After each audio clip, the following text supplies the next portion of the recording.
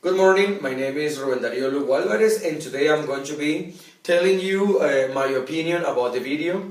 I sued the school system.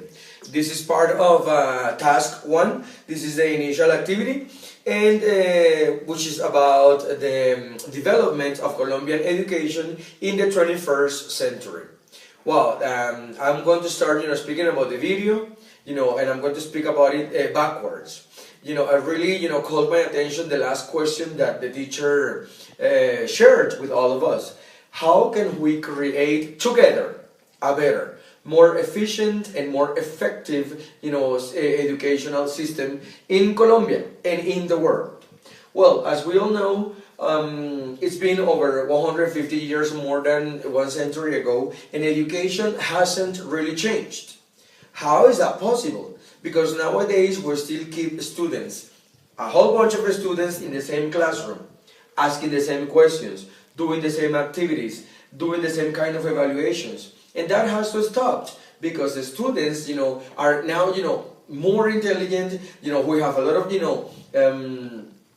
advanced, gadgets that we can use in the classrooms and make classes more dynamic and more effective and more productive for the students. The students are to be, allowed to be creative, critics, innovative, and there are so many activities that we can do. But if we continue with that mentality, students will never grow the way they should. I'm speaking about intellectually, and I'm speaking about professionally, because after we keep them with the same system of education in the same way for so many years, when they finish high school and then they go to the university or to college, things are going to be hard for them.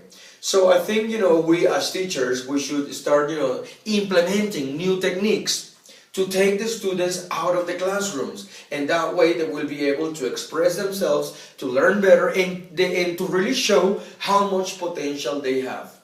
Colombia is a country with a lot of potential, a lot of intelligent and smart students. So it's up to us, it's up to the system of education to continue developing and to innovating new techniques in order to help the students express themselves and show what they really have within each and every one of them. Because if we, like the example that he gave us, with the students in the classroom, 20 students with 20 different mentalities, 20 different kinds of thinking. But if we're always keeping them, with the same, pattern, like so many years ago, things are never going to change. So in my conclusion, I think it's possible. I think, we can all do it. If we work together, putting all ideas together, we can, start, producing and developing fantastic, effective, and better ideas for us to work together and have better educational systems. Thank you very much. God bless you all. Goodbye.